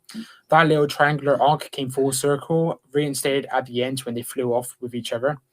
The Doctor asking River if she's married. That was a funny little sequence. Fantastic chemistry between both Smith and Kingston. And my final note, you guys can recap if you want. This will have to be goodbye. Took me off guard on my first viewing, and still does to this day. It's like, oh, is that them gone? But then boom, they reaffirmed that they're a dynamic trio by being on cue with each other, like they all knew, like they all smiled at each other, even though as a viewer I felt kind of left out in that until she kind of said goodbye. I love how it ended with Amy smiling and then going into the Time Vortex credits. I have a couple of notes I wanted to touch on before we get to the conclusion. I love, this is a very specific note, but the scene where Amy's on the phone to Rory just before the wedding, and then she sort of gets up and grabs the wedding dress and spins, and then as the dress spins, the screen switches to the wedding scene, and I love that editing choice of having the fabric sort of swoosh as into the next scene. I really like that. That was very nicely done. Karen's acting in this entire scene is brilliant, from the way she just very silently just gets teary, and then the shot of the tear falling onto the diary. It's very well done. I remember the first time I watched this, my heart was in my throat the entire time as she sort of recognized the Doctor's traits of the suspender and the bow tie and and then this whole something all, something new, something borrowed, something blue. I love that. I think it's incredibly smart. I remember punching the air the first time that was done. Loved it. Yes. So good. And I made a note of this time, and I've never really noticed it before, is I love the fact that Eleven, the whole thing of Eleven saying Mr. and Mrs. Pond, and Roy's like, no, that's not how it works, and Dawson's like, yeah, it is, and yes, then Roy says, yeah, it is. I have a lot more respect for that now, because originally I just saw it as a comedy line. But having now watched this, and I don't know why I'd never picked up on this before, because I've watched this so many times, even after the other episode I'm about to mention, Ed. But if you look at that in comparison to the God Complex, it starts off the arc of sort of like 11 not accepting that Amy's grown up, and then obviously in the God Complex he kind of realizes he has to. Yeah. And I'd never noticed that before, and I really liked that comparison of here he's like, no, it's Mr. Pond, and then in the God Complex he actively has to acknowledge that she is Amy Williams, and I don't know why that added a new layer to this line for me that I really, really like. Yes. I love the wedding scene. I think Amy and Rory look amazing together. I love their chemistry. The dancing is funny. Everyone knows that. It's a meme. I love the scene between Eleven and River outside. Again, Alex Kingston is just so charismatic. And I love, and I didn't notice this before, the music that plays as he's asking her like if she's married and the whole yes thing. The music plays a very subtle version of the track The Wedding of River song, which isn't on the Series 5 soundtrack, that's in the Series 6 soundtrack. So it's really nice that they added that in here, because it's like alluding to what's going to happen in the future. Yeah. I love that. And then I just made the note of what a way to end this series. Agreed. Right. Michael, anything you would like to add before the conclusion? Nope. Okay, I think the conclusion's going to wrap it up anyway. You're gonna have to go anyway. He's gonna pack. Yeah, I think he's gonna pack it all into the conclusion, which is fair enough. Actually, Andrew, do you want to? It depends. How big is yours? Mine's quite meaty. Mine's actually not that long. Do you want to go first then? Since yeah, sure. My conclusion: I just put the perfect ending to a stellar series because it's. And I also added it's my favourite series of New Who. Tightly plotted, incredibly smart, with stellar performances from the 4 leads. My favourite score, brilliant writing. This two-parter still remains my favourite story of Doctor Who ever, and it's easily tied with World Enough and Time and the Doctor Falls as the best New Who finale. Honestly, practically flawless in my eyes. 10 out of 10. I'm sorry, I'm not ashamed. I adore this two-parter. Both parts for me are 10 out of 10. Okay, my conclusion, I must reiterate, I believe this to be Matt Smith's best ever performance as an actor, and the second part in particular is the equivalent of Capaldi's Heaven Sent, an acting masterpiece. Moffat plots a storyline that other elements complement, most of which are his own work, such as quippy dialogue, pacing, funny lines, quote-unquote whimsical, as you guys tell me that's not right, poetic moments, excellent tie-ins with previous episodes that answers a lot of questions, for example, the shop window notes in The Lodger, the Angel two-parter scene, and what the Pandorica opening actually entailed. Of course, drip-fed since the 11th hour. Other things that make him masterpieces the acting. Every single person gave what can be given as examples of their finest hour, from Smith, of course, to Gillen, to Darvel, and to Kingston. The emotional undertones were very unsubtle in this episode, and quite rightly so. This was Amy's choice on steroids and massively closed off what was very much so the arc in the series, the relationship between the trio that is the Doctor, Amy, and Rory. The story didn't dwell on unimportant things at any point if you exclude the Dalek moment in part 1. I know that I didn't speak, but that was a bit prolonged. And the fast but effective pace was triumphant in releasing the right amount of everything into us souls, from tension to emotion to the sensation of being absolutely intoxicated in an overwhelmingly positive, energetic way by everything that was happening, which was perfectly delivered considering the fast pace of the story, which was, whilst never leaving even the most confused audience members completely in the dark. There are 2 or 3 flaws here and there that recurring viewers like myself may pick up on. However, the scenes themselves are so awesome in themselves that it forgives the issues and gives brilliant television. I believe this is the best series wrap-up of Doctor Who, so by definition, I believe this is the best series finale. I concur with you, Andrew.